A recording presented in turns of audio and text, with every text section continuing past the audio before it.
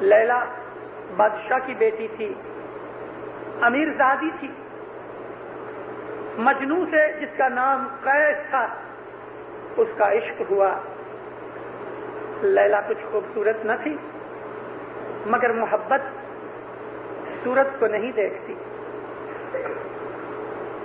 باپ نے لیلا کو سمجھانے کے لیے اور اس کو مذہب کی تعلیم دی جائے تاکہ وہ دنیا سے خیال اس کا ہٹ کے ٹھیک ہو جائے، اس نے ایک مولوی کو، استاد کو اس کے لیے محل میں بلایا اور لیلا ہر روز اس کے پاس بیٹھ کے علم سیکھتی تھی۔